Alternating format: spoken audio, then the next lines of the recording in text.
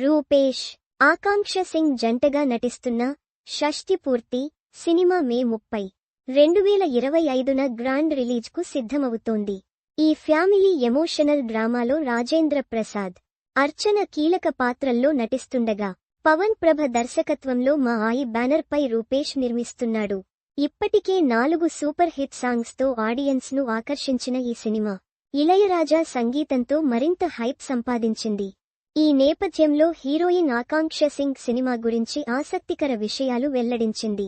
ప్రమోషన్స్లో భాగంగా ఆకాంక్ష మాట్లాడుతూ తాను జానకి అనే పాత్రలో నటిస్తున్నట్లు తెలిపింది. ఇది ఒక సాంప్రదాయ తెలుగు అమ్మాయి. ఆలయ ట్రెజరర్ పాత్ర. రాజమండ్రిలో 40 రోజులు షూట్ చేశాం. నాకు ఇలాంటి పాత్ర మొదటిసారి అని చెప్పింది. ఈ పాత్రలో ఎన్నో షేడ్స్ ఉన్నాయని, ఇది రెగ్యులర్ హీరోయిన్ రోల్ కాదని, సినిమా ఎమోషనల్ కంటెంట్తో ఆడియన్స్ను కదిలిస్తుందని ఆమె వెల్లడించింది. సినిమా టెక్నికల్ స్టాండర్డ్స్ను ఆకాంక్ష ప్రత్యేకంగా ప్రశంసించింది. ఈ సినిమా సెట్లో నాకు యాక్టింగ్ స్కూల్కు వెళ్లిన అనుభవం కలిగింది.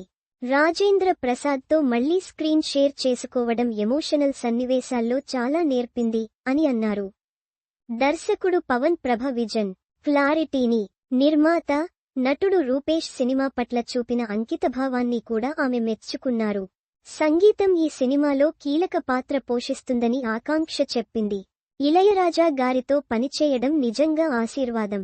ఆయన సంగీతం సినిమాకు ఎమోషనల్ డెప్త్ను తీసుకొచ్చింది అని ఆమె అన్నారు. ఎంఎం కీరవాణి రాసిన ఏదో ఏదో సాంగ్, చైతన్య ప్రసాద్ రాసిన టైటిల్ సాంగ్ ఇప్పటికే హిట్ లిస్ట్లో ఉన్నాయి.